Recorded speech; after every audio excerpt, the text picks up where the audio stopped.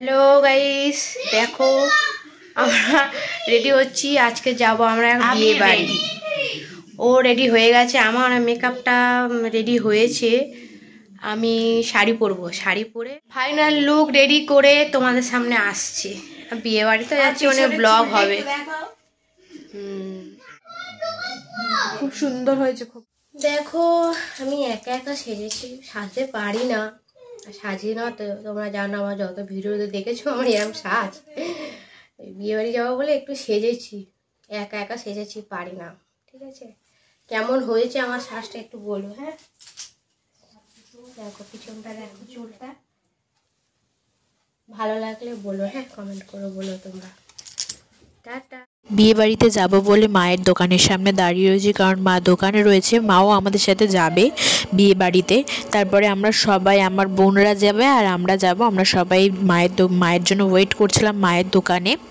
দেখো, আমার বোনের মেয়ে, আমার ছেলে, আমার বর, আমার বোনের ছেলে সবাই দাঁড়িয়ে রয়েছে, মায়ের জন্য ওয়েট করছি। উনি যেখানে যায় একটু দেরি হয় আর কি, উনি কাজের মানুষ তো, কাজবাজ করে। আর দেখো, আমার মায়ের দোকানের এখানে একটা শপ আছে, ওখানে আমার ভাই হয়, ওরা আমাকে দিদি দিদি বলে ডাকে। এবারে আমার মায়ের জন্য বসে রয়েছি, ওয়েট করছি। কাজের মানুষ যেহেতু একটু তো দেরি হবে ওনার। তারপরে ওয়েট করতে করতে দেখলাম ওর শাড়িটা ঠিকঠাক নেই, আমার বরাবরের শাড়ি ঠিক করে দিচ্ছিল। তারপরে আমরা বেরিয়ে গেলাম। আমাদের হেঁটে যেতে লাগবে, বেশিক্ষণ না, আমাদের বাড়ি থেকে ডিস্টেন্স বেশিক্ষণ না। আমরা চলেও এসেছি। এই কমপ্লেক্সে করছে ওরা, ওদের বাড়িটাও অনেকটা বড়, কিন্তু ওরা বাড়িতে করছে না, কমপ্লেক্সে করছে। আমরা চলে এসেছি, এন্ট্রি নিয়ে নিয়েছি। আমরা এই উপরে যাচ্ছি, দোতলাতে হচ্ছে, সেকেন্ড ফ্লোরে। ওখানে বউ দাঁড়িয়ে রয়েছে, দেখো বউ যেখানে বসে রয়েছে, দেখো ওখানে কত সুন্দর করে সাজিয়েছে। আমার তো খুব পছন্দ হয়েছে যেখানে বউ বসে রয়েছে, সাজানোটা। ভাবছিলাম ওখানে গিয়ে ফটো তুলবো, তারপর ভাবলাম যে না, ওখানে যে বউ বসে রয়েছে আমরা গেলে কেমন একটা লাগে না। তারপর আমার মা, আমি সব গিফট দিয়ে দিচ্ছি। তারপর আমাদের মাইমা হয়, সবাই বলছে টুম্পা কোথায়। আমি বললাম এই তো, মানে আমাকে পছন্দ করে উনি একটু বেশি। বউটাকেও সুন্দর লাগছে দেখলাম। তারপর আমরা ওখান থেকে ঘুরে ঘাড়ে চলে এসে আমরা কোথায় গেলাম বলো তো? গেলাম আমরা বরের কাছে। বর আমাদের অনেক দিনের পরিচিত, যেহেতু মামিমার ছেলে হয়, আমাদের পরিচিত। অনেক দিন দেখা হয়নি। আমরা গিয়ে জিজ্ঞেস কিরে মনে আছে? বলছে হ্যাঁ, মনে থাকবে না আবার তোদের। তারপরে গেলাম স্টার্টারের দিকে। আমরা স্টার্টারের দিকে এসে দেখলাম কাবাব করেছে, পনির পকোড়া করেছে, কোল্ড ড্রিঙ্কস করেছিল, পকোড়া করেছিল। তার মধ্যে আমরা স্টার্টার কাবাব খেয়েছিলাম। পনির পকোড়াগুলো খুবই সুন্দর হয়েছিল। তারপর আমি একটু কোল্ড ড্রিঙ্কস খাচ্ছি। আমার বোন রয়েছে ওখানে, আমার বোন টোন সবাই রয়েছে। আমি দেখো এখানে কোল্ড ড্রিঙ্কসটা খেয়ে নিয়েছি। তারপর আমরা গেছিলাম কফি খেতে গিয়ে একটা কাণ্ড হয়েছে। আমার ছেলে তো কী বায়না কফি খাবে। তাও আমি ওকে কফিটা নিলাম, অনেকক্ষণ ধরে ঠান্ডা করে দিলাম, ঠান্ডা করে ওর হাতে দিলাম। ও আমার বোনদের কাছে গিয়ে খাচ্ছিল। খেতে ও আবার কি করলো, খাচ্ছিল, খেতে একটুখানি পড়ে গেছে, একজনের ধাক্কা লেগে। তারপর ও নিজেই মানে ইচ্ছা করে ফেলে দেন, ওর হাত থেকে কীভাবে যাবে কফিটা পড়ে গিয়েছে। তারপরে ও এক কোণে বসে রাগ করছিল, রাগ দেখাচ্ছিল, কথা বলবো না, হ্যান্ড করবে না, ওর কথা বাদ দাও। তারপরে দেখো আমরা সব ফ্যামিলি গ্রুপরা বসে রয়েছি, আমরা গল্প করছি। তারপর আমার ছেলের এখনও রাগ কমেনি। আমি বললাম কি হয়েছে বল, ও মুখ ফিরে নিল।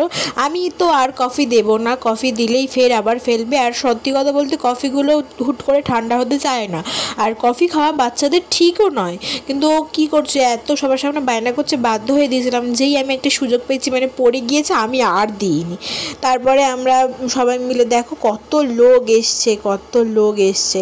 আর এখানে দেখো একটা ফটো তোলার জন্য আলাদা জায়গা করেছে, এটা বেশ সুন্দর হয়েছে। আমরা ওখানে অনেকগুলো ফটো তুলেছি। তারপর একটা ভিডিও ক্লিপ নিতে গেছিলাম, ভিডিও ক্লিপ নিয়েছি।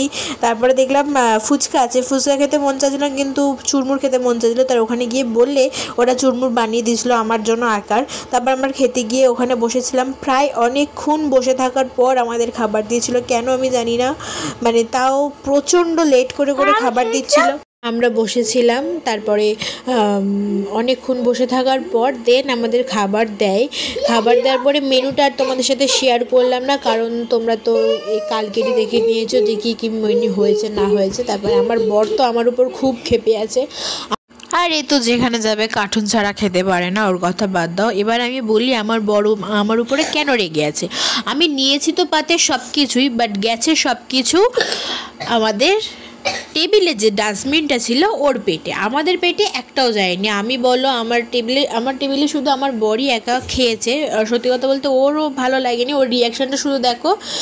মিষ্টি খেতে এত কেন ভালোবাসে আমি জানি না। আমাদের সব খাবারগুলো কিন্তু গেছে ডাস্টবিন টেবিলে, আমরা নিয়ে ডাস্টবিন টেবিলে ফেলে দিয়েছি। আর এর পাতটাও দেখে নাও, মানে এও খায়নি, ও তো কোনো অনুষ্ঠান বাড়িতে গিয়েই কিছু খায় না।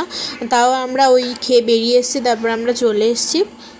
আমরা রাস্তা দিয়ে আসছিলাম, তারপরে ওখান থেকে আমাদের বোনের বাড়ি আমার বাড়ি বেশিটা দূরে নয়, ওখান থেকে ওরা চলে যাচ্ছে ওই, তারপরে আমরাও বাড়ি চলে যাব। রাস্তার মধ্যে কি কাবু মারছে আমার বর আর আমার ছেলে। দেখো একটা কুকুর ডাকছে বলে তার পিছনে ও ওরকম করে ও আরও ডাকছে। যাই হোক, এই অবধি থাক। তোমরা লাইক কমেন্ট শেয়ার কিছু করছো না, সাবস্ক্রাইবও আমার কমে যাচ্ছে। কেন তোমরা লাইক কমেন্ট শেয়ার করছো না আমি জানি না। আগের মতো আমার কোনো ভিডিওতে ভিউজও আসছে না। প্লিজ তোমরা লাইক কমেন্ট শেয়ারটা করো আর সাবস্ক্রাইবটা মনে করে করো। Tata bye, good.